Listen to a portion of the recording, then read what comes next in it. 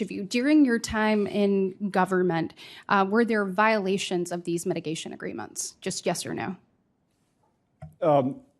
No, but there weren't the same enforcement authorities that were created after I left in 2018. Okay. So I can't properly answer. Okay.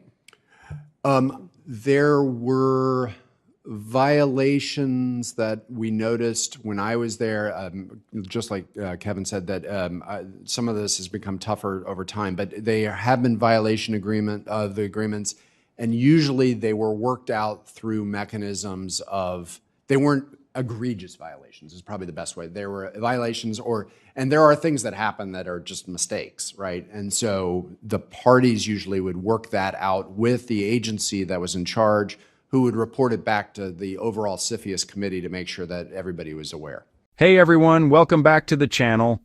Today we're diving into a powerful moment straight from Capitol Hill, a moment that's sparking a big national conversation. Senator Katie Britt from Alabama just took a firm stand on one of the most overlooked but critical national security issues facing America today: foreign ownership of U.S. farmland, especially by China. Now, this isn't just about who owns a few acres out in the countryside. Senator Britt made it clear. This is about America's ability to feed itself. She said it best: food security is national security. And when foreign powers, particularly those tied to the Chinese Communist Party, start buying up American farmland, it's not just an economic concern, it's a national security threat.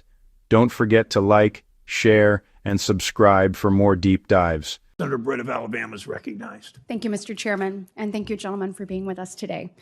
Before we start talking about sanctions, I wanted to take a moment to talk about the Committee on Foreign Investments in the United States.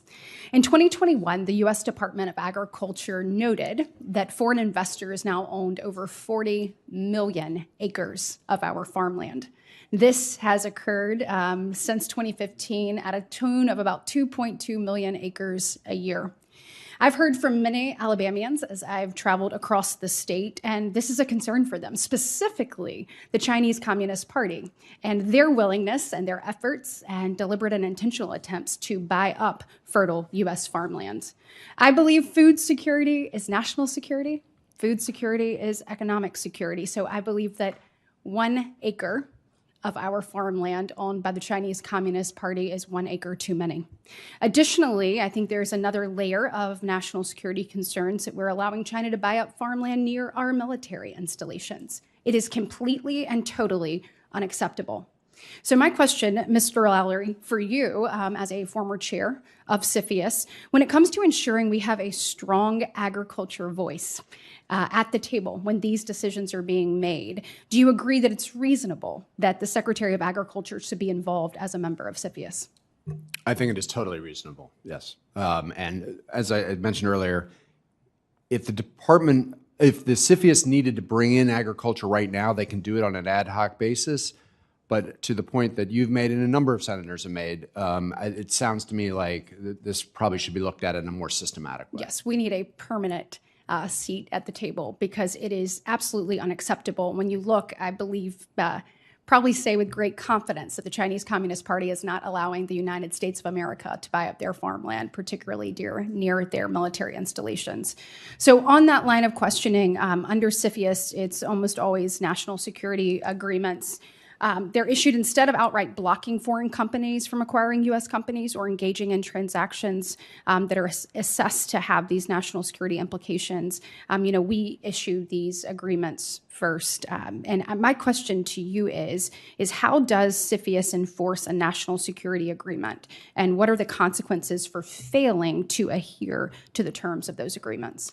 So if you look at most of the numbers, about CFIUS reviewed in 2021, which is last year, we have 275 transactions. Of those 275 transactions, about 10% of them, roughly 30 transactions, had what you just described, mitigation agreements. So that means basically that the government had concerns about the transaction, but they thought the transaction could go through, but they wanted to make sure that there are specific measures put in place to protect national security potentially in the future. Those national security agreements can last for a long time. They are implemented and negotiated by specific agencies that have the right type of expertise. So if it's a military type of issue, the Department of Defense will negotiate it. If it's something on information technology issues, most likely the Department of Justice or maybe Homeland Security will do it. They follow these agreements up through monitoring mechanisms, auditing mechanisms from third-party auditors, and if there are violations of the mitigation agreements, they do have the capability to, one, obviously step in and do something, including they could actually divest the transaction way after the fact, or more likely they could do something like they could do a fine, they could do warnings to basically see, kind of make sure you get your house in order type of problem. So that's kind of how it works. And I think there's roughly about 200 mitigation agreements from past that are in effect. Every now and then some of them roll off because there may be somebody else who comes in and purchases it who's a domestic buyer. So Okay, so question actually for each. So, what exactly is going on here? In recent years, foreign entities have quietly acquired millions of acres of U.S. farmland. Some of these purchases are happening near military bases, power grids, or water supplies. Lawmakers are starting to ask tough questions, like why are we allowing this? And what could this mean for our national resilience? Senator Britt's message was fiery but clear.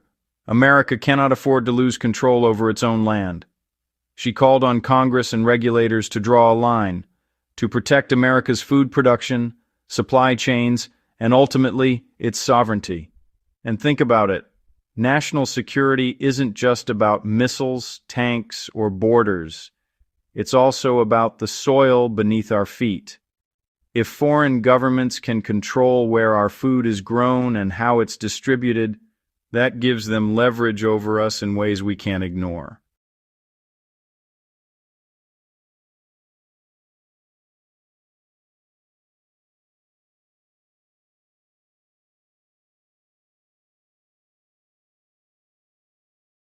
This debate is just heating up. States across the country are already introducing bills to restrict or even ban foreign ownership of farmland.